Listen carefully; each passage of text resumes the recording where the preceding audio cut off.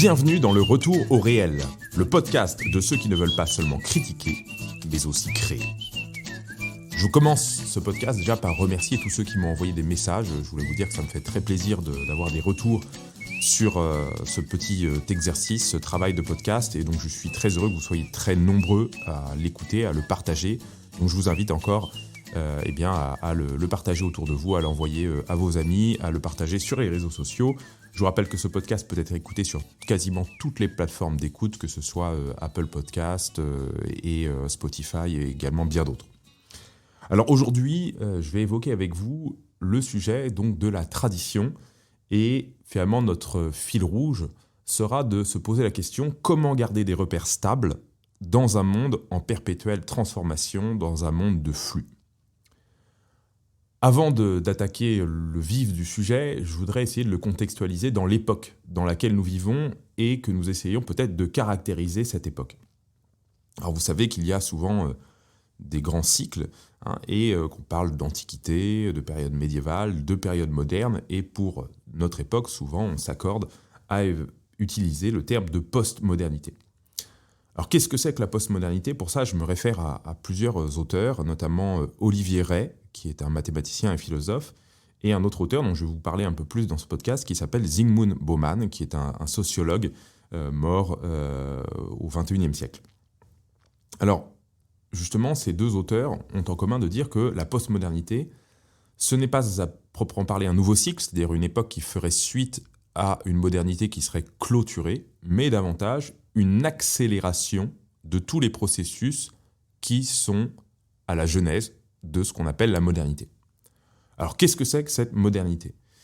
Je pense que si on veut essayer de le dire de manière assez synthétique et simple, il faut dire que la modernité, c'est d'abord et avant tout un projet d'émancipation individuelle. L'homme veut finalement prolonger indéfiniment sa vie, et pour ça, il a besoin de s'émanciper. De s'émanciper de quoi ? Eh bien d'abord de la nature, d'où justement le fabuleux développement de la technique à partir de la modernité, également par la science, par la technique, par la raison. Et cette modernité, elle a pour effet effectivement de faire sortir petit à petit l'homme des liens communautaires pour faire de l'homme un individu libre, un individu égal aux autres.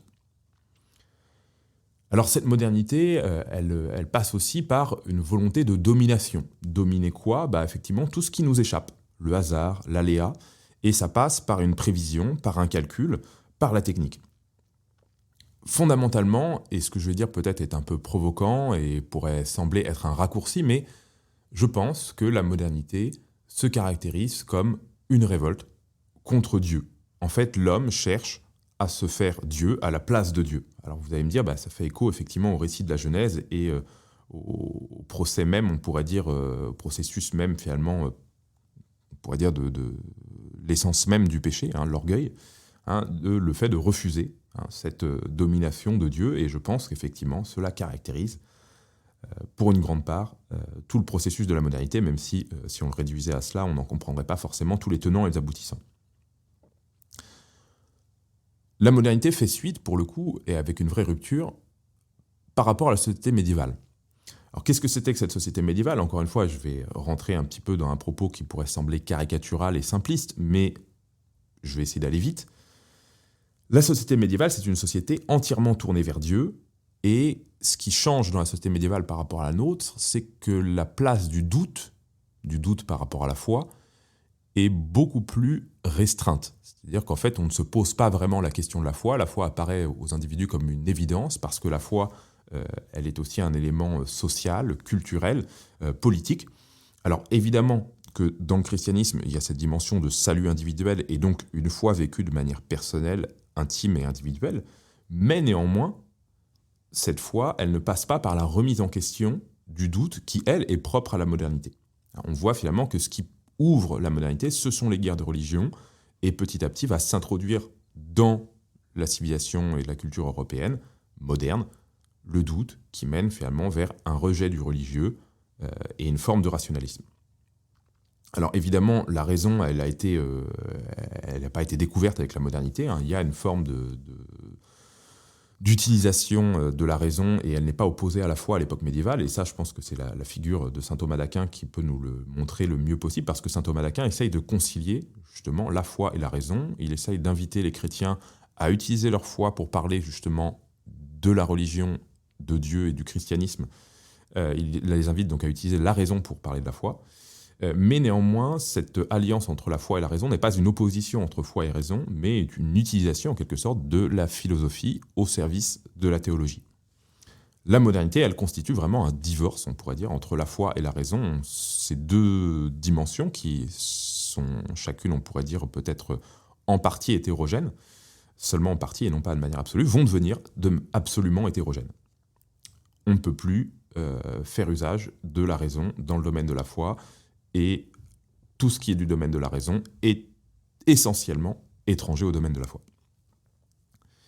Alors, nous, où en sommes-nous, même si nous sommes peut-être critiques de la modernité, même si nous ne partageons pas forcément le projet moderne, surtout en tant que chrétiens, eh bien je crois que, qu'on le veuille ou non, nous sommes des modernes malgré nous. Tout simplement parce qu'il est psychologiquement impossible de s'extraire de notre époque et de s'extraire des cadres de pensée de notre époque. Et du coup, forcément, notre démarche de foi, eh bien, elle passe aussi par le doute, par une forme de rationalisation. Et donc, du coup, forcément, nous sommes inclus dans cette modernité. Alors, le problème, c'est que la modernité, et c'est justement là où on peut situer vraiment notre époque, elle aboutit à une crise. Et je crois, là pour le coup c'est un avis purement personnel, que nous assistons à la phase paroxystique, on pourrait dire peut-être terminale, de la modernité, au sens où cette crise semble atteindre tous les domaines, et on pourrait dire que la modernité se caractérise toujours par une fuite en avant, par l'espoir d'un progrès, l'espoir d'une évolution, l'espoir de jours meilleurs, et petit à petit, l'ensemble de nos contemporains et de nos concitoyens, on pourrait dire dans les sociétés occidentales, remettent de plus en plus en doute ces promesses d'un avenir meilleur. En fait, on se sent de plus en plus déclassé, on a de plus en plus l'impression que notre monde tel qu'il est ne pourra rien apporter finalement de meilleur et d'évolution, et que justement, au contraire, c'est ce monde qui est la cause de toutes les crises que nous vivons, que ce soit une crise économique, une crise écologique, une crise de sens, une crise spirituelle, une crise anthropologique, etc., etc. Finalement, la modernité se caractérise par une crise polyfactorielle qui prend plusieurs dimensions. Et du coup, que faire ? Est-ce qu'on peut revenir en arrière ?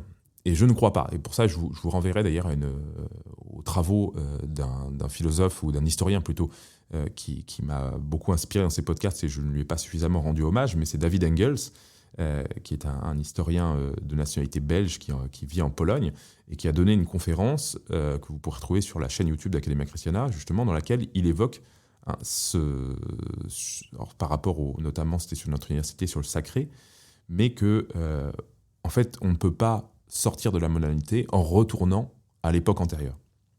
Et donc qu'il est nécessaire, en quelque sorte, d'aboutir à une synthèse. Et ça fait penser un peu au mouvement hegelien, thèse, antithèse, synthèse. C'est que le seul moyen de sortir de la modernité, eh bien, c'est d'une certaine manière d'accepter certains acquis qui sont en quelque sorte irrévocables de la modernité, des choses dont on ne peut pas se séparer, en les tempérant par une forme de retour à ce qu'il pouvait y avoir justement de garde-fous en quelque sorte dans les périodes antérieures, et c'est cela que j'appelle la tradition. La tradition, c'est ce qui pourrait peut-être nous permettre de sortir de cette phase de cycle, de cette phase de crise permanente, de résoudre ces crises en retrouvant un cadre, des repères sains, et c'est cela que j'appelle la tradition, et on y viendra beaucoup plus en détail tout à l'heure. On va parler donc maintenant de Zygmunt Bauman, et en particulier de son concept de société liquide. Je vous lis une citation de Zygmunt Bauman qui permet un peu de définir son concept de société liquide. Il dit « La société liquide s'oppose à la société solide, où les structures de l'organisation commune seraient créées collectivement. Dans la société liquide, l'unique référence, c'est l'individu intégré par son acte de consommation. Donc on peut voir d'emblée que cette société liquide s'oppose à la société solide. Cette société solide, elle se caractérise par quoi? Par une dimension communautaire. La société liquide, elle se caractérise par un individualisme, et un individualisme en étroite relation à la société de consommation. Alors en quoi on peut dire qu'on vit dans une société liquide?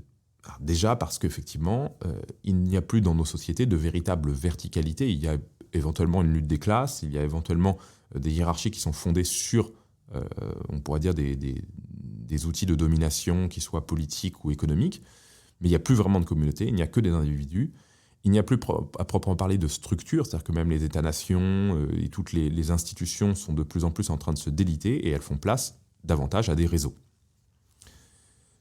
Qu'est-ce que, justement, ce terme de liquéfaction peut nous dire?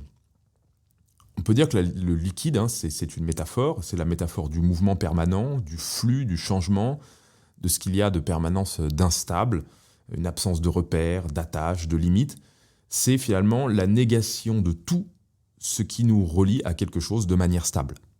Finalement, c'est vraiment une opposition. La liquéfaction, c'est l'opposition justement à la solidité, à la stabilité, à ce qui est au lien.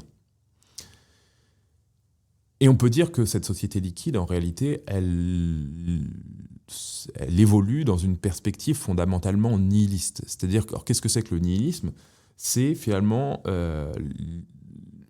l'idée d'une destruction absolue, d'un refus général, d'un refus, on pourrait dire peut-être de tout, ou en tout cas, si ce n'est pas un refus de tout, en tout cas, c'est d'un refus systématique de tout ce qui nous vient du passé. On est en permanence finalement dans le rejet de l'antérieur, et on veut se couper finalement de tout ce qui crée des liens de dépendance. Et dans cette perspective moderne, il y a l'idée que forcément, toute référence au passé est une régression, et donc pour éviter la régression, il faut s'inscrire dans un progrès constant, et un progrès qui est envisagé toujours systématiquement comme une rupture. À chaque fois, justement, c'est ce qu'on retrouve à travers Schumpeter, l'innovation-destruction. L'intelligence artificielle nous fait changer d'époque, nous fait changer de monde, de la même manière que l'informatique nous a fait changer, elle aussi, a détruit les structures précédentes, etc., etc. Donc en fait, finalement, si on veut évoluer, parce qu'il faut évoluer et qu'on n'a pas le choix d'évoluer, c'est comme un dogme en quelque sorte, eh bien il faut accepter de se séparer des cadres de l'époque précédente qui sont obsolètes. Et donc du coup, ça c'est quelque chose qu'on retrouve pas mal dans la pensée d'Ingman, et j'y reviendrai, cette notion de déchets, d'obsolescence. Finalement, on est dans une société qui fabrique de plus en plus de déchets. Et puis, il y a autour de cette rupture systématique un peu un imaginaire de l'enthousiasme, un imaginaire finalement de la joie. À chaque fois que vient une nouveauté, vient avec elle son lot justement de joie, de réjouissance. Tandis que tout ce qui est de l'ordre de la stabilité, de la mesure, des repères, de la limite, c'est monotone, c'est routinier, c'est ringard, c'est quelque chose qui est tout sauf enchantant. Et donc on a dans notre époque un certain culte du jeunisme. Alors ça se voit à travers notamment tout le marché qu'il peut y avoir autour des produits cosmétiques, mais aussi également à travers les mots d'ordre qu'on trouve dans la publicité. En fait, on cherche en permanence, c'est cette quête de la jouvence, qui rejoint un petit peu le quête aussi d'une vie éternelle, mais sur Terre. On veut rester jeune tout le temps, le plus longtemps possible. Et je pense également à un phénomène de société qu'on appelle la crise de la quarantaine. C'est effectivement qu'est-ce qui est un peu en sous-bassement de la crise de la quarantaine, alors sans doute pas que cela, mais ça en fait partie, c'est justement la peur de vieillir. C'est qu'on commence finalement à 40 ans à sentir les premiers signes de notre vieillissement, et du coup on va chercher absolument à conjurer le sort, à retrouver finalement des éléments enthousiasmants qui nous feraient retrouver cette jeunesse, cette adolescence en quelque sorte, où tout était possible. Et donc ça se voit notamment à travers un facteur clé dans nos sociétés qui est le divorce. C'est souvent autour de la quarantaine qu'il y a le plus de divorces, parce que justement on a l'impression d'être devenu un vieux couple. Et donc du coup, alors à la fois chez les hommes, même chez les femmes d'ailleurs, on sent le besoin de se prouver à soi-même qu'on est capable encore de séduire, mais surtout en fait on rêve de revenir un petit peu à la phase adolescente du couple pour revivre le sentiment de nouveauté, hein, et d'une vie dans laquelle justement il y a encore une infinité de possibles devant soi, et c'est quelque chose d'assez grisant, hein, qui agit en quelque sorte comme un peu un désir permanent qui hante en quelque sorte un peu notre routine, notre monotonie, qui nous remet en question et qui fait souvent justement qui est à l'origine d'une crise.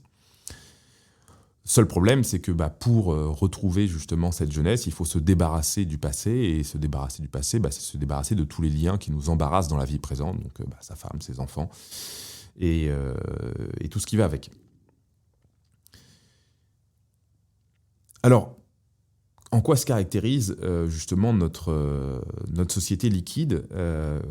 Est-ce qu'on peut décliner en quelque sorte cette liquéfaction à plusieurs degrés ? Alors déjà, sur le plan géographique, hein, on voit que depuis l'exode rural, depuis le 19e siècle, en gros, quasiment plus personne ne vit dans le village, hein, dans lequel ont vécu ses parents, dans le village dans lequel il est né.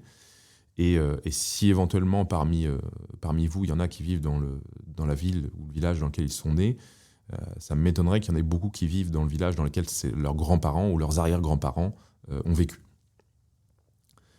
Et puis, du coup, nos vies sont de plus en plus, finalement, morcelées par, justement, ce mouvement géographique permanent.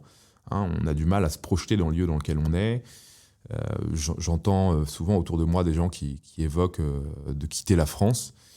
Moi, personnellement, je dis pas du tout ça pour dire que je suis un exemple, et j'ai pas non plus vécu dans un seul lieu, et encore moins dans la ville dans laquelle je suis né ou celle dans laquelle mes grands-parents sont nés, mais quitter la France, ça me paraît être comme une chose absolument inenvisageable. Je préfère d'une certaine manière vivre, même si notre pays devient de plus en plus invivable, dans ce pays, et mourir dans ce pays, que aller m'inventer ou me créer une autre vie ailleurs, parce que je ne conçois pas de vivre finalement ailleurs que dans mon pays. Donc en fait, voilà, finalement, nos vies sont toujours en perpétuel mouvement géographique, parce que tout est subordonné finalement à la fois à nos études, à nos impératifs professionnels. Et cette absence d'attache, elle a comme inconvénient, finalement, de faire de nous des êtres déracinés.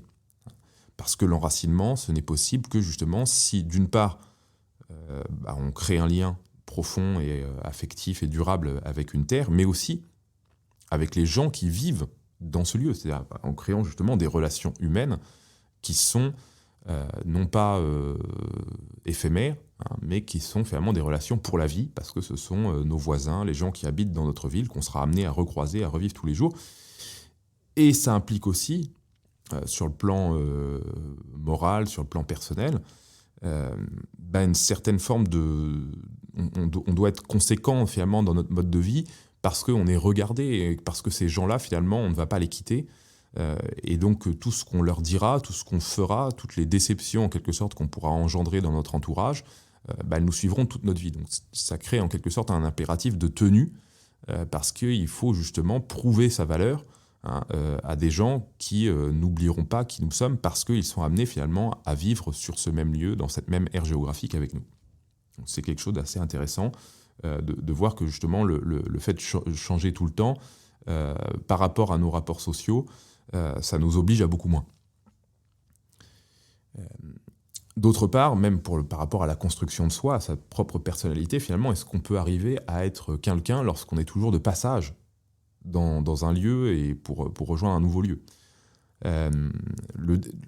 Ce déplacement permanent fait que nous sommes aussi personnellement morcelés, hein, sans attache. Et ce déplacement, il ne touche pas simplement une seule catégorie sociale. En fait, on le voit aux deux extrêmes de l'échelle sociale, à la fois chez les plus pauvres, et on peut penser notamment aux migrations. Le migrant est justement par essence cette figure propre à notre époque de celui qui quitte sa terre pour chercher une vie meilleure. Et puis, chez les plus riches, on voit qu'ils ont une vie qui se situe entre New York, Paris, Dubaï, hein, et comme dirait Jacques Attali, voilà, ma batterie, c'est mon ordinateur portable, voilà, où chaque pays est un hôtel en quelque sorte. Et pour ce qui est des classes moyennes, elles sont aussi sommées de bouger, hein. On peut penser notamment à cette dimension de la société de consommation qui est le tourisme de masse, On nous invite à aller tremper son cul l'été dans une mer chaude et faire la queue derrière les remonts de pente durant l'hiver. Toujours à consommer un voyage. Et en soi, j'ai beaucoup voyagé, donc c'est quelque chose que j'aime énormément, mais je déteste le tourisme. Parce que le tourisme, finalement, n'a rien à voir avec l'idéal du voyage tel qu'il a été vécu dans les récits de voyage et à travers de très nombreux exemples au sein de notre civilisation. Parce que le voyageur, parce que l'aventurier, il part déjà dans une quête spirituelle. C'est-à-dire qu'en fait, il vient rechercher quelque chose, une expérience à travers le voyage. Il va justement aller vers l'inconnu, il va prendre des risques à travers son voyage. Tandis que lui, le touriste, il cherche uniquement à cocher des cases, c'est-à-dire à dire, j'ai fait la Tunisie, j'ai fait le Maroc, j'ai fait l'Égypte, j'ai fait la Grèce. Donc c'est encore une fois qu'un but vraiment de consommation de destination touristique. Et puis d'autre part, il n'y a absolument rien d'imprévisible dans un circuit touristique, parce qu'on va prendre exactement les mêmes photos débiles que des millions de touristes. On fait exactement tous les mêmes choses. On va dans les restaurants qui sont bien notés sur TripAdvisor. Il n'y a aucune découverte à proprement parler. En fait, finalement, le touriste recherche le même confort qu'il a chez lui dans les autres pays. Justement, d'ailleurs, les touristes s'aventurent assez peu dans les zones à risque ou dans les zones justement qui ne sont pas cotées par les agences de voyage. Et puis une autre dimension aussi de ce déplacement géographique généralisé, c'est le multiculturalisme. Et ce multiculturalisme, il a bien des inconvénients évidemment, mais je pense qu'un des inconvénients auxquels on ne pense pas forcément, c'est qu'il implique une forme de relativisme culturel. À force finalement d'être entassés les uns les autres, à force qu'on nous vante en permanence l'étranger comme un modèle, le mode de vie d'autrui comme étant tout aussi légitime, tout devient en quelque sorte relatif, interchangeable. Et puis au final, ces différences s'estompent et se noient en quelque sorte dans le grand bain de la culture marchande. On voit bien finalement que les descendants d'immigrés n'ont plus grand-chose de leur culture d'origine et d'attache. La seule chose qu'ils conservent, c'est finalement petit à petit, ils s'uniformisent. Ils sont tous autant que les autres sur TikTok. Ils achètent les mêmes gadgets technologiques. Et petit à petit, ils sont des déracinés comme les autres. Il y a aussi une liquéfaction sur le plan professionnel. Autrefois, tous nos parents, en tout cas pour la plupart d'entre eux, ont fait une carrière. Ils ont commencé finalement dans une entreprise et ils ont mené toute leur vie dans cette entreprise. Ils se sont lancés dans une profession libérale qu'ils ont poursuivie jusqu'à leur retraite. Et pour, on va dire, les plus jeunes générations, la mienne en particulier, elle se caractérise justement par des changements perpétuels dans les directions professionnelles. C'est-à-dire qu'on change de métier, on change de poste, on change de boîte. Et en fait, pourquoi pas, je veux dire, en soi, mais ça, qu'est-ce que ça traduit d'une certaine manière? Ça traduit le besoin en permanence de se réadapter à un marché du travail qui devient de plus en plus compétitif, et finalement, en fait, on devient en quelque sorte une marchandise sur ce marché du travail, parce que nous sommes sommés de nous vendre en permanence aux plus offrants, à rester en quelque sorte dans la compétitivité, parce que si on restait trop longtemps dans la même boîte, trop longtemps dans la même entreprise, on risquerait à un moment donné de devenir dépassé. Donc il y a toujours cette obsession permanente finalement de ne pas être obsolète, de rester dans la course. Et puis, par rapport au changement, ce changement peut aussi prendre la forme de l'inconstance, de l'absence de persévérance, c'est-à-dire qu'en gros, on ne va jamais jusqu'au bout des choses qu'on entreprend, et en fait, on ne fait qu'essayer des choses, mais sans jamais en les faisant toujours qu'à moitié. Cette liquéfaction, elle touche aussi le domaine de l'amitié. L'amitié, c'est une fleur qui ne peut donner du fruit que sur le temps long. Et bien souvent, nos amitiés ressemblent plus à des copinages assez superficiels. On partage les mêmes plaisirs gastriques, on partage des amusements, mais ça va guère plus loin parce que justement, dès que les premiers frottements apparaissent, on va justement s'éloigner de ces personnes, un peu qu'elles vont devenir elles aussi des déchets.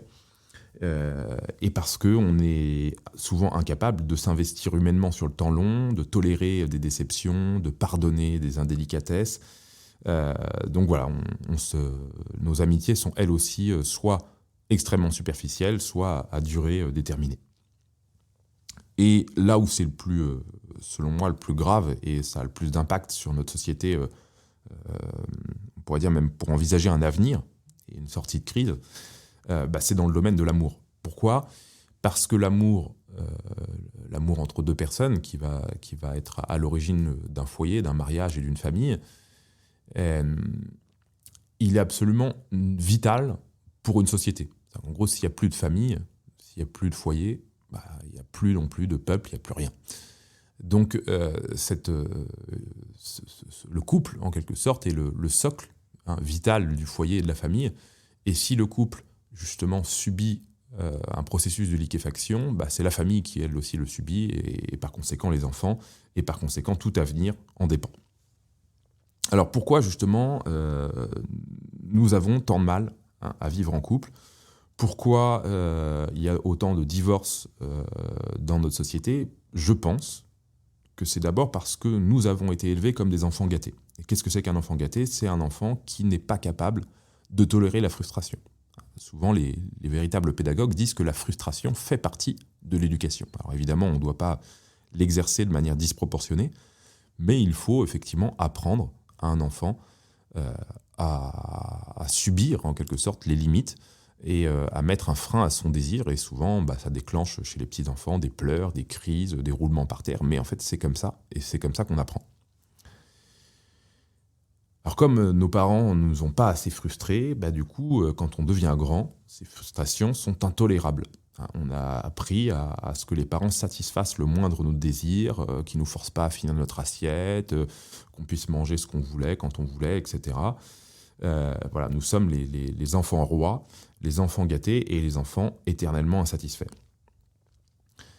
L'amour, justement, quand on dépasse la phase du romantisme, de la rencontre, de la dimension un peu fleur bleue, la fascination qu'on a pour l'être, et qu'on découvre qui il est vraiment. Vous savez, cette fameuse phrase, l'amour dure 3 ans, donc au bout de 3 ans, on se réveille et puis on voit l'autre, et là, on voit plus que ses défauts.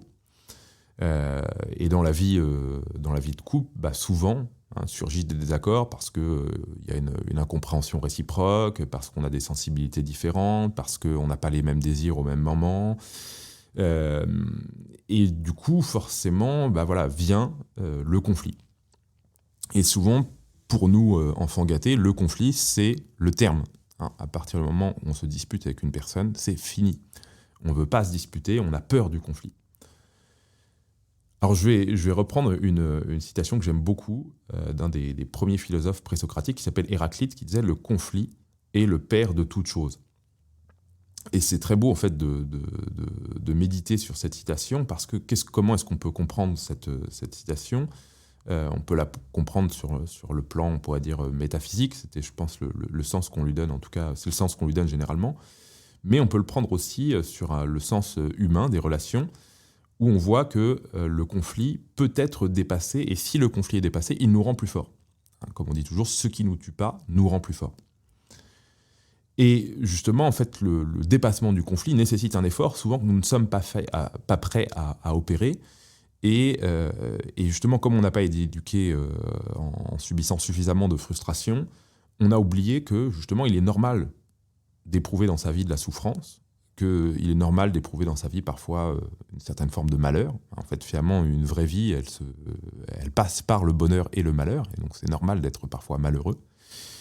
Et du coup, que l'homme mûrit vraiment par les épreuves. Si on prend l'exemple de la boxe, la boxe, c'est un sport dans lequel on va devenir un bon boxeur quand on est capable aussi d'encaisser des chocs sans reculer. Il faut savoir se protéger des coups, mais il faut savoir aussi, quand on n'a pas eu le temps de se protéger d'un coup, eh bien d'encaisser la douleur et de ne pas abandonner le combat parce qu'on a mal. Et justement, les meilleurs boxeurs, ce sont ceux qui continuent le combat, même en ayant très mal. Et c'est comme ça qu'ils arrivent finalement à gagner. C'est peut-être le plus endurant qui gagne, en fait, en quelque sorte. Or, notre société nous invite exactement à l'opposé. On cherche en permanence la facilité. Dès qu'une situation devient trop complexe, il ne faut pas chercher plus loin, il faut abandonner. On va traiter l'autre de pervers narcissique, d'individu toxique, etc. Alors je ne dis pas que ça n'existe pas, mais on a l'impression qu'il y en a de plus en plus aujourd'hui, quoi. Dès qu'une personne, en gros, vous tient tête, ou dès que la relation commence à être un peu compliquée, on est face à un pervers. Voilà, alors c'est possible que notre société sécrète de plus en plus de pervers, hein, je le pense aussi, mais néanmoins, voilà, est-ce qu'on ne peut pas trouver des solutions, un dépassement, justement, dans ces conflits? D'autre part, on nous a présenté aussi la relation amoureuse, souvent de manière auto-centrée. C'est-à-dire qu'en fait, quand on cherche un partenaire pour soi. En fait, à aucun moment, on nous invite à se poser la question de ce que nous, on va apporter à l'autre. On est toujours finalement en train de chercher des qualités sur un marché. C'est la caractéristique des applications comme Adopte un mec ou Tinder. En fait, on swipe, on sélectionne finalement des qualités sur un profil, euh, sans jamais se poser la question, voilà, de ce que nous, on aurait le devoir d'apporter à l'autre. Donc, cette liquéfaction des relations conjugales, hein, est absolument destructrice pour la famille. Hein. Et une famille, eh ben, justement, elle ne peut se fonder que sur la fidélité, que sur la longue durée d'un foyer, parce que justement, c'est les enfants qui vont être les premiers à trinquer, en quelque sorte, dans un divorce. Euh, alors comment essayer peut-être de tendre vers cette fidélité, hein. Je ne dis pas que c'est facile et je n'ai pas de leçon à vous donner dans ce domaine-là. C'est effectivement quelque chose de dur et de difficile, mais c'est déjà peut-être de renoncer à un certain romantisme un peu mièvre. On peut penser, voilà, à tout l'imaginaire Disney, l'imaginaire des séries, l'imaginaire de la pop culture, l'imaginaire aussi de la publicité, du marketing, le fait de théâtraliser sa vie sur Instagram, sur les réseaux sociaux, euh, pour essayer justement de se détacher de tout cela et de se dire, voilà, que fondamentalement, l'amour véritable, si on retourne un peu au réel, c'est d'abord et avant tout des épreuves, et des épreuves qui sont purifiantes, hein, des épreuves qui nous font grandir. Donc voilà, mettre un peu fin à ce romantisme, à cette rêverie, hein, et comprendre que voilà, l'amour, c'est aussi de la routine, c'est aussi des conflits, mais des conflits qui ont pour but d'être dépassés.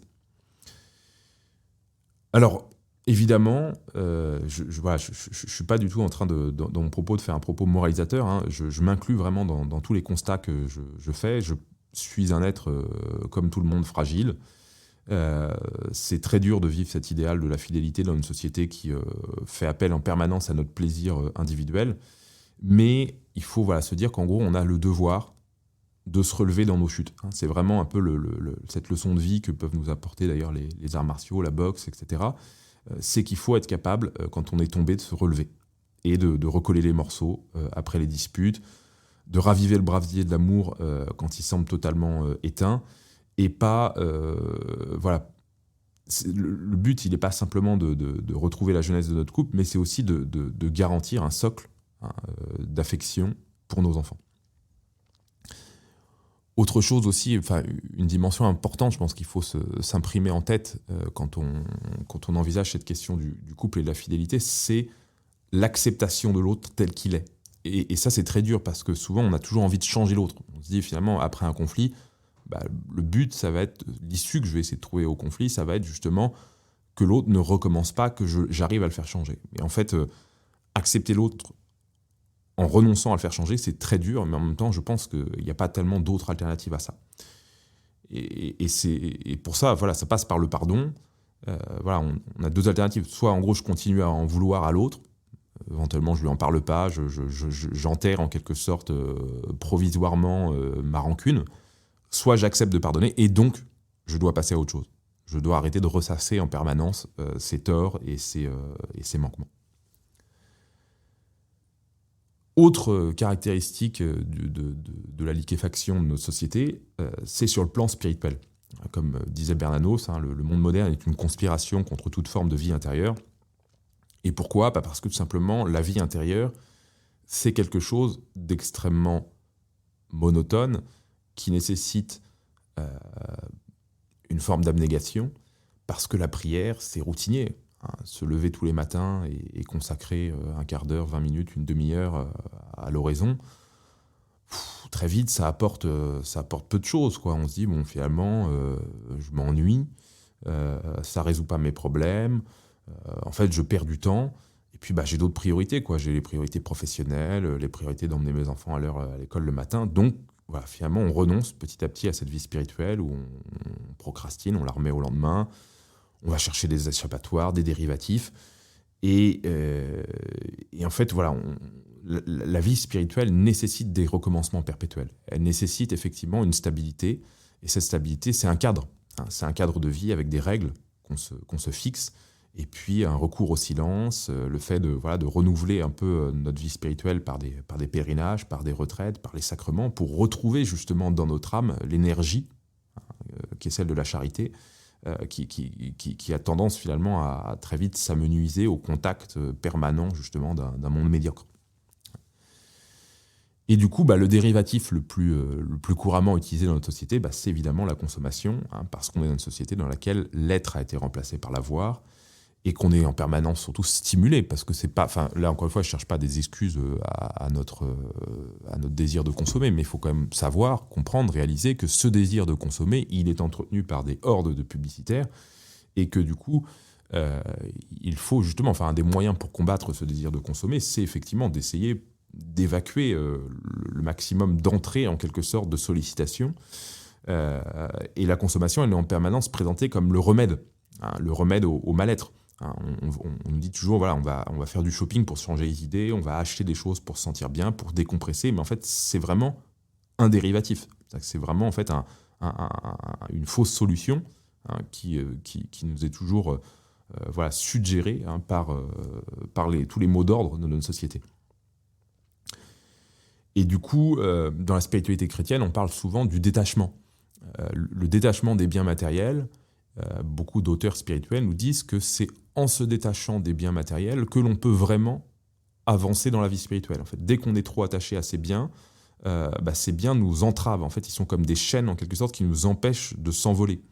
Et du coup, on recherche d'abord cette sécurité, ce qui va protéger nos biens, et du coup, tout ça nous empêche de prendre les risques nécessaires, finalement, pour vivre pleinement sa vie spirituelle, pour avoir le courage de dire ce que l'on voit, de dire la vérité sur les choses, de faire le bien même si ça déplaît à beaucoup de gens.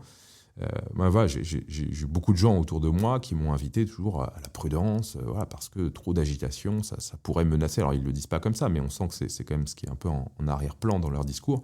Un peu d'agitation, ça pourrait menacer justement notre confort matériel. Donc justement, essayer d'être détaché des biens, ça ne veut pas dire qu'il faut absolument vivre comme un ascète, comme un moine, enfin, même si je pense que ce serait pas mal d'y tendre. Mais en tout cas, c'est au moins spirituellement d'arriver à être détaché des biens matériels, se dire, en gros, plein d'argent n'est pas mortel.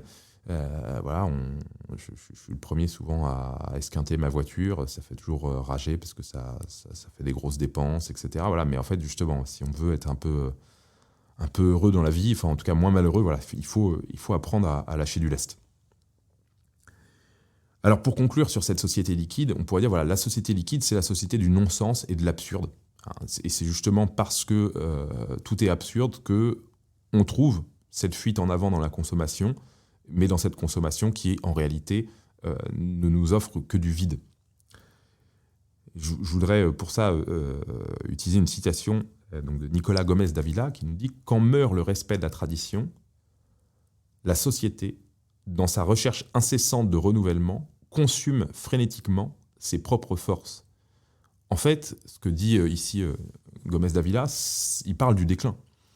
En fait, une société qui ne respecte plus la tradition, c'est une société qui tombe dans le déclin qu'on caractérise, le déclin démographique dont le président Emmanuel Macron nous a proposé des solutions miracles la semaine dernière, déclin intellectuel, déclin économique, on le voit avec la crise des agriculteurs aujourd'hui, mais en fait la vraie cause de ce déclin, ce n'est pas une mauvaise stratégie économique, un mauvais enseignement à l'école, pas assez d'aide sur le plan démographique. Enfin, tout ça peut aider évidemment, mais ce n'est pas la vraie cause ultime. La cause ultime, elle est d'abord spirituelle. Et pour ça, je fais référence à Patrick Buisson. Patrick Buisson faisait souvent remarquer dans ses travaux que le taux de fécondité était toujours corrélé à la vigueur spirituelle des sociétés. Une société dans laquelle on n'a plus la foi, une société dans laquelle finalement la mort est un non-sens, c'est une société qui fait plus d'enfants. Donc ce déclin, cette consommation frénétique de notre propre force, elle a un lien fondamental avec la tradition. Alors, du coup, on va rentrer dans le vif du sujet, la tradition comme remède au monde moderne. Alors déjà, on va essayer de définir ce qu'on entend par tradition. Je vais utiliser plusieurs citations qu'on va essayer de décortiquer un petit peu. Et je vais commencer par cette citation de Dominique Vénère, hein, « La tradition, ce n'est pas le passé, mais c'est ce qui ne passe jamais ». Alors, ok, très bien. Tradition, c'est pas le passé, c'est ce qui ne passe jamais, mais qu'est-ce que c'est ce qui ne passe jamais? Alors, là, c'est une proposition d'interprétation, je vais peut-être trahir l'esprit. Mais pour moi, ce qui ne passe jamais, ce sont les besoins fondamentaux de l'homme. Alors évidemment, vous allez me dire, c'est quoi les besoins fondamentaux de l'homme? Boire, manger, dormir, mais ça, c'est les besoins communs avec l'animal. Or, l'homme, justement, est plus qu'un animal. En tant qu'homme, nous avons aussi des besoins spirituels.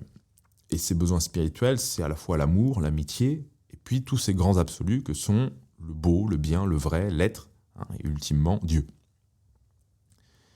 Et ces besoins, selon moi, sont inatteignables sans la médiation de la tradition. C'est-à-dire que la tradition, ce n'est pas une fin en soi, ce n'est pas quelque chose qu'on devrait vénérer comme un absolu, mais c'est le moyen qui nous permet d'atteindre, ou en tout cas, à défaut d'atteindre, en tout cas de nous diriger vers ces grands absolus qui sont peut-être les sommets vers lesquels toute âme humaine doit tendre si elle veut s'accomplir. Et si on imagine un monde dans lequel on serait coupé de toute tradition, ce serait un monde sans écrit, sans rite, sans transmission, sans mémoire, sans passé, sans musique, sans art, sans savoir-faire. Et du coup, ce serait un monde dans lequel on serait totalement livré à nous-mêmes pour trouver des réponses, et donc du coup, on serait totalement sans ressources, on serait comme des orphelins, comme des enfants sauvages. Et justement, c'est tout le but d'une civilisation, hein, c'est de fournir aux hommes toutes les médiations, à travers la tradition, qui vont lui permettre effectivement d'avoir des ressources pour ne pas être livré à lui-même et pour mener cette quête de la manière la plus fructueuse possible. Deuxième citation, hein, c'est celle de Simone Veil, je crois que j'avais déjà cité la semaine dernière. Elle nous dit finalement que l'enracinement, c'est le besoin premier de l'âme humaine. Alors pourquoi est-ce qu'on a besoin d'un enracinement? Simone Veil remarque que les peuples enracinés ont mieux pu contempler les plus belles vérités spirituelles que ceux justement qui avaient peu d'enracinement. En gros, ça veut dire qu'il semblerait impossible de s'élever vers les cieux si on n'a pas déjà des racines. Alors qu'est-ce que c'est que ces racines? Les racines, si on prend la racine comme une métaphore, la racine c'est ce qui nous relie à la terre, c'est ce qui nous relie à la nature, c'est ce qui nous relie aussi au passé, aux générations précédentes. Toutes ces racines, ce sont à la fois les récits de nos parents, de nos grands-parents, et puis le récit finalement de nos ancêtres. Ce sont aussi tous les savoir-faire. Ça, c'est aussi une notion qu'on essaiera d'évoquer au cours des prochains podcasts. Mais nous sommes dans une époque où les savoir-faire transmis ont de plus en plus disparu. On ne sait plus faire grand-chose avec ses mains. Ce sont les œuvres littéraires, ce sont les rites. Et donc, du coup, la tradition, comme l'enracinement, ça implique effectivement d'être dépendant de ce qu'il y a avant soi. Et l'homme moderne, justement, par essence, il se caractérise comme un homme qui veut s'auto-engendrer, un homme qui veut se créer tout seul, un homme qui ne veut dépendre de personne. Alors, j'entends déjà tous ceux qui vont me dire « oui, mais attends, la civilisation européenne, c'est pas une civilisation fixiste, c'est pas une civilisation primaire, tribale, primitive, qui vit uniquement dans la tradition, c'est aussi... » justement, la civilisation de la puissance, du dépassement de soi, la civilisation qui va de l'avant, qui invente des nouvelles choses, etc. Oui, certes, c'est vrai. Mais je répondrai à ça par une autre citation de Nicolas Gómez Dávila qui me dit « La civilisation n'est pas une suite interminable d'inventions, mais la civilisation, c'est le devoir d'assurer la pérennité de certaines choses. » Du coup, en fait, pour essayer de comprendre cette citation, on pourrait dire, voilà, à quoi bon aller plus vite si on ne sait pas où on va? Et on dit toujours, pour savoir vers où on va, il faut savoir d'où on vient. Donc, cette frénésie, en fait, je crois, du progrès, de l'invention, du dépassement, etc., je ne fustige pas, si vous voulez bien comprendre, l'innovation pour l'innovation. Ce que je fustige, c'est la frénésie pour le progrès et l'innovation. Pourquoi? Parce qu'elle masque en réalité, ce devoir d'assurer la pérennité de certaines choses. Parce que justement, le progrès nous empêche de garder le sens de la mesure. Enfin, si le progrès est vénéré, si le progrès est divinisé, si on pense qu'il n'y a pas de vie si elle n'est pas essentiellement tournée vers le progrès, eh bien du coup, on perd le sens de la mesure, on perd le sens des limites. Et pour justement assurer la pérennité de ces certaines choses, c'est quoi ces certaines choses? Je pense que c'est à la fois la famille, les vraies relations humaines, la vie de l'esprit, ce qui fait de nous véritablement des êtres humains. Eh bien, il faut retrouver ce sens de la mesure. Alors, vous allez me dire, ouais, mais bon, c'est quoi le retour à la tradition? C'est les Amish, c'est les Tradwives, c'est les Catho Tradis. Non, évidemment, tout ça, ce sont des caricatures. Même s'il peut y avoir des choses intéressantes à travers ces caricatures, la Tradwife, c'est un peu le mythe que le retour à une époque idéale serait parfait. C'est-à-dire qu'en gros, on veut copier le passé à tel point qu'on va copier même la tenue des années 60, les outils, les objets ménagers, d'une époque qu'on idéalise. C'est finalement le passé comme un refuge. Chez les Catho Tradis, alors je pourrais moi-même me classer dans cette catégorie-là, mais effectivement, il y a parfois des écueils. C'est effectivement de considérer la tradition ou le passé comme une époque idéale, et tout ce qui sortirait de cette époque idéale serait forcément suspect de modernisme. Donc en gros, on va se couper en quelque sorte totalement du monde dans lequel on vit, on va créer des citadelles préservées, et on va vivre entre nous un peu comme une réserve d'Indiens. C'est effectivement toutes ces caricatures qui sont assez caractéristiques justement des sociétés en crise. Non, la tradition, ce n'est pas la volonté de copier le passé. Il y a un autre écueil de la tradition, c'est la superficialité aussi, parce qu'effectivement, la tradition, ça peut être vécu comme un vernis. On peut penser, encore une fois, je ne condamne pas les choses dont je parle, c'est juste simplement des exemples, mais à certaines personnes qui vont à la chasse à courre, mais qui, en fait, le reste de leur vie, mènent une existence complètement liquéfiée, parce que, ils ont une vie finalement de cadre moderne, mobile, etc.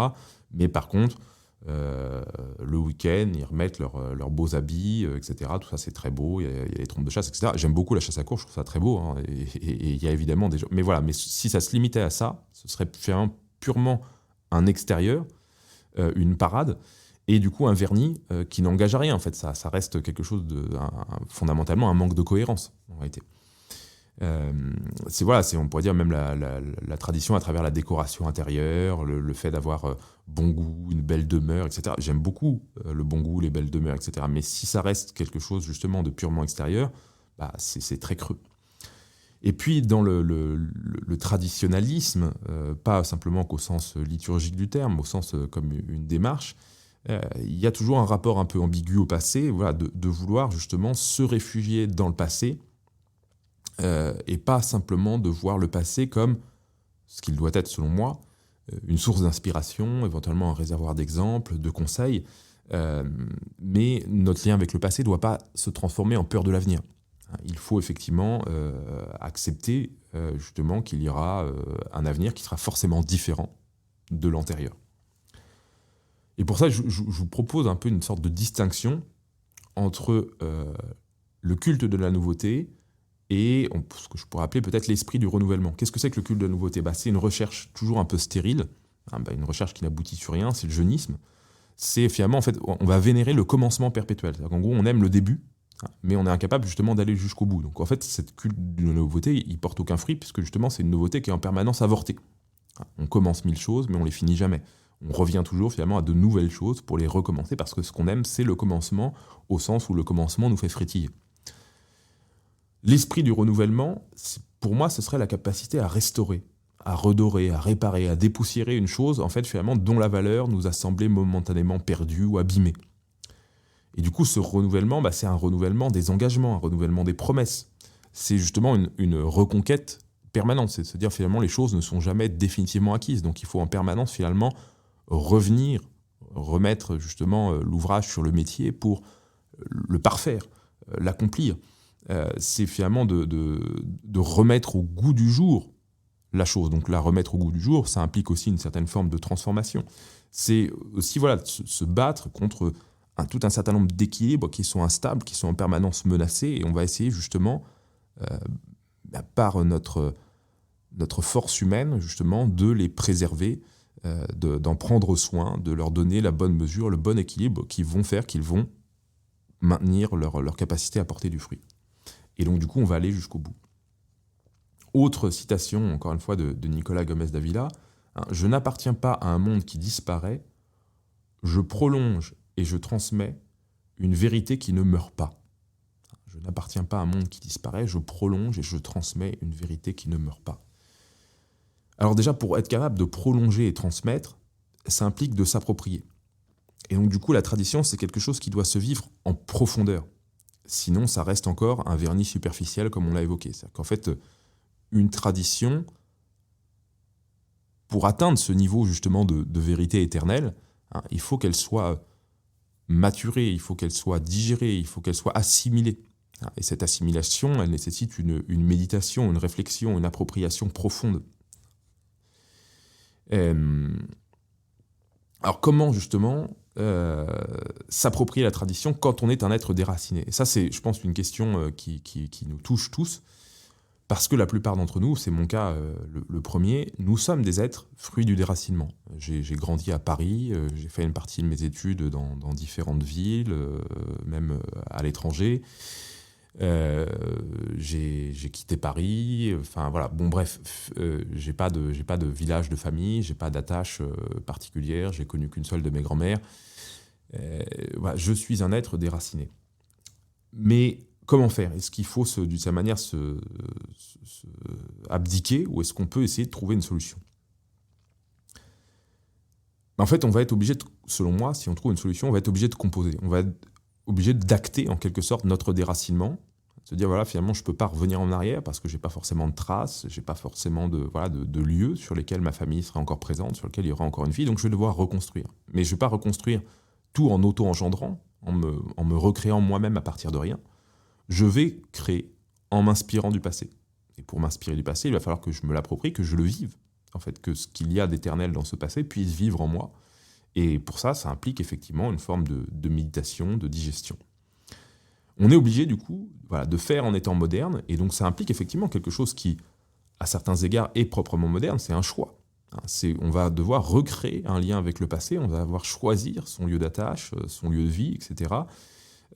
Ça va être une démarche, effectivement, volontariste, en quelque sorte, dans la tradition. Et c'est souvent parfois un peu critiqué en disant, voilà, mais en fait, vous, les traditionalistes modernes, vous êtes finalement des modernes parce que votre démarche, elle est volontariste, vous n'avez pas reçu en quelque sorte une tradition que vous perpétuez, vous êtes allé la chercher par vous-même. Oui, ok, mais et alors? Enfin, en fait, est-ce qu'on a le choix, en fait? Parce que du coup, si on ne va pas la chercher, en fait, il ne se passe rien, en fait. Donc, à un moment donné, voilà, je pense qu'il faut accepter la caractéristique propre de cette démarche, qui peut paraître paradoxale parce qu'elle est un peu moderne d'une certaine manière. Et je pense que pour se conforter là-dedans, il faut se dire au fait que c'est déjà arrivé par le passé. Il y a déjà eu des ruptures. Et que du coup, dans ces cas de rupture, finalement, qu'est-ce qu'on a fait? Finalement, on est allé plonger dans la tradition, on est allé plonger dans le passé pour retrouver justement une inspiration propice à la créativité. Le but, finalement, encore une fois, c'est pas de recopier un passé purement figé, c'est justement de créer l'avenir. Mais pour que justement la création soit féconde, il faut qu'elle ait une source d'inspiration. Et ça, on le voit d'ailleurs dans l'art contemporain. L'art contemporain, c'est toujours l'art de la rupture perpétuelle, mais justement, en fait, c'est un art du néant, c'est un art du vide, parce que justement, il se constitue ontologiquement en tant qu'art de la rupture. Alors, si on est en quelque sorte un peu les artistes de notre propre mode de vie, on doit accepter de composer avec le réel. Et donc, nos traditions seront en partie des recréations, des réinventions, et pas des copies fidèles du passé. Il faut accepter justement que si la tradition, c'est une vérité qui ne meurt pas, si on arrive à la saisir, on va forcément être dans la continuité et non dans ce qu'on pourrait appeler le travestissement folklorique, dans le purement le divertissement pour touristes, où on nous fait visiter le faux village ancien en carton-pâte. Alors, pour ceux qui seraient toujours sceptiques à l'égard de la tradition, qui diraient mais voilà, vous voulez devenir des Amish, je voudrais ici un peu évoquer Orwell. Orwell nous propose en quelque sorte un équilibre, ou en tout cas un critère. L'homme pourrait utiliser avec discernement les produits de la science et de l'industrie en leur appliquant à tous le même critère. Cela me rend-il plus humain ou moins humain ? Et l'horreur instinctive que ressent tout individu sensible devant la mécanisation progressive de la vie ne serait pas considérée comme un simple archaïsme sentimental, mais comme une réaction pleinement justifiée. En fait, je pense qu'ici, on a peut-être la clé, en quelque sorte, de la tradition. Cela me rend-il plus humain ou moins humain ? C'est, selon moi, le critère essentiel que je vous invite à méditer et que je vous invite à appliquer sur l'ensemble des innovations technologiques que vous laissez entrer dans vos vies ou non, sur la manière de les utiliser. Et souvent, la manière de l'utiliser, c'est un équilibre. Je prends un exemple concret qui est celui du téléphone portable, du smartphone. On peut dire, bon bah voilà, je vis sans smartphone, j'ai un ami qui fait ça et je suis très admiratif de cela. Mais ça pose effectivement un certain nombre de difficultés, parfois dans la vie professionnelle, dans certains impératifs même militants, etc. Alors parfois on peut essayer de trouver des équilibres. Et moi le mien, typiquement, que je vous soumets, c'est de ne pas allumer mon smartphone avant une certaine heure et de l'éteindre après une certaine heure. C'est en gros de faire une sorte de sas, en quelque sorte, et ce sas, c'est le sas sur lequel je suis le plus présent à ma famille, c'est-à-dire qu'en gros ça correspond au moment du dîner familial, et je ne rallume mon téléphone qu'une fois que j'ai déposé mes enfants à l'école, c'est-à-dire au moment finalement où je commence à vraiment travailler. Alors je ne dis pas que c'est la solution idéale, parfaite, c'est sans doute pas suffisant, mais voilà, il faut parfois être capable de trouver un juste milieu pour essayer de redevenir un peu plus humain, parce qu'effectivement, cette addiction au smartphone nous déshumanise. Alors en quoi concrètement la tradition peut nous aider ? Déjà, dans la tradition, une des dimensions que je voudrais évoquer, c'est l'importance de la foi. La foi, c'est déjà... Alors, je vais en parler avec des mots peut-être un petit peu insuffisants, mais la foi, pour moi, c'est ce qui donne du sens. C'est pas seulement ça, parce que c'est pas juste simplement... La foi, c'est pas une question d'interprétation subjective de la vie, c'est une vérité. Mais c'est une vérité qui, justement, donne sens à nos vies, parce qu'elle donne du sens notamment à la mort. Et si la vie, justement, s'arrête purement et simplement par la mort, s'il n'y a pas la foi, finalement, il n'y a pas vraiment de raison de vivre. La foi, ça nous donne aussi un horizon. Et l'horizon, c'est une perspective d'évolution. Cette perspective d'évolution, c'est ma rencontre avec Dieu, c'est mon union à Dieu, et qui est une quête de tous les jours, quelque chose, finalement, que je vais essayer d'accomplir, de parfaire tout au long de ma vie. Dans la tradition, c'est aussi le retour des vertus antiques.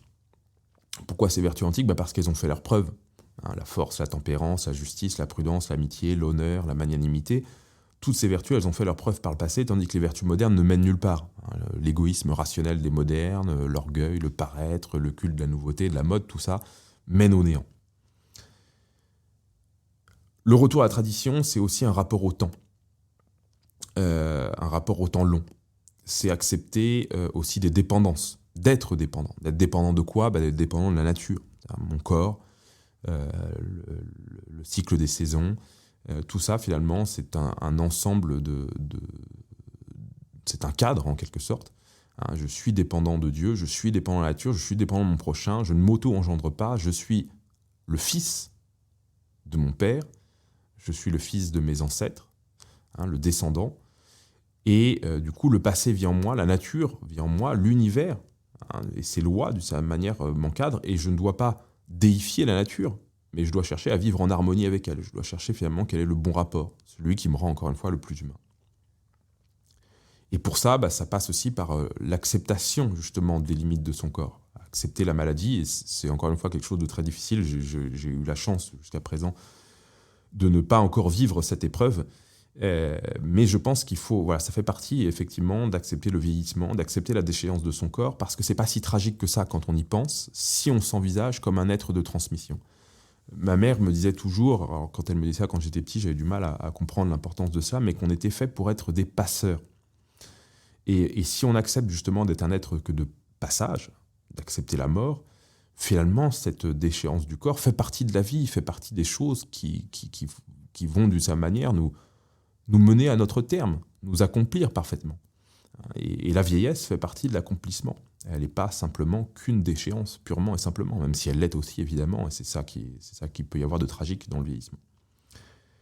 D'autre part, justement, sur cette transmission, sur ce rôle de passeur, être un être de tradition, c'est être un être qui ne renonce pas à son rôle d'éducateur. Et je pense que là-dessus, j'invite chacun d'entre vous à prendre conscience que les jeunes ont besoin justement que nous leur transmettions, que c'est notre rôle, c'est notre devoir fondamental. Et puis, alors ça c'est un peu une conclusion que donne Zygmunt Bauman. Zygmunt Bauman se prononce en faveur d'une morale de l'engagement. Alors qu'est-ce que c'est qu'une morale de l'engagement ? C'est une morale qui met les vertus de persévérance, de fidélité à la première place. Et c'est du coup la persévérance et la fidélité, c'est accepter justement effectivement le conflit, et d'accepter justement que le conflit c'est quelque chose qui se dépasse. Il faut donc, voilà, si on est un être de tradition, envisager le temps long, la routine. Et la routine n'est pas forcément ennuyeuse, il y a justement des rituels, des routines vertueuses qu'on peut essayer de déployer au quotidien, le sport, la lecture, la prière, le jeu avec les enfants, les visites aux amis, le dîner familial, la cuisine, le marché, la promenade dominicale. La routine, elle peut devenir pas simplement justement quelque chose d'ennuyeux, mais quelque chose qui nous permet d'approfondir, qui nous permet de pénétrer plus en profondeur. On dit souvent d'ailleurs que éduquer, c'est répéter. Et la répétition, c'est justement quelque chose qui porte du fruit. Pour ceux qui font du sport, vous voyez bien qu'on ne devient pas un athlète avec une séance de sport. On devient peut-être un athlète un jour à force justement de répéter le sport dans un exercice quotidien. Et c'est la même chose dans le domaine de l'élévation morale et spirituelle. Je finis ce podcast par une citation de Bernard Lugan qui nous dit « Quand l'autorité s'est délitée, quand les repères sont perdus, quand le plus grand nombre désespère, quand certains se laissent aller à des sentiments morbides, en voyant dans la défaite une pénitence divine, alors se lèvent de petits groupes, sachant ce qu'ils sont, d'où ils viennent, où ils vont et ce qu'ils veulent. Je vous remercie et à la semaine prochaine.